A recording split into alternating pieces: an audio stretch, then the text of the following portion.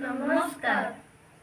বিকশিত ভাৰত বিলডাথন 2025 অধীনত আত্মনিৰ্ভৰশীল ভাৰতৰ অন্তৰ্গত থলুৱাভাৱে বীজ সংৰক্ষণৰ এক প্ৰকল্প প্ৰস্তুত কৰাৰ চেষ্টা কৰিছোঁ।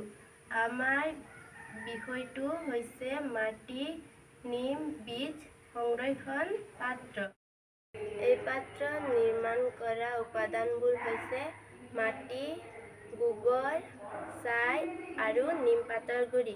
ইয়াৰ পৰিমাণবোৰ হৈছে মাটি 60%, গোবৰ 20%, ছাই 10%, নিমপাতৰ গুড়ি 10%। এই আটাইবোৰ উপাদান মিহলি কৰি আমি এটা মাটিৰ লডা বনালোঁ। লডাটোৰ সহায়ত আমি মাটিৰ পাত্ৰ এটা বনালোঁ, জৈৱিক পাত্ৰ বনালোঁ। তাৰ পাছত ইয়াৰ ঢাকনি এখন বনালোঁ। আমি এই পাত্ৰটোত এতিয়া বীজ সংৰক্ষণ কৰিব পাৰিম।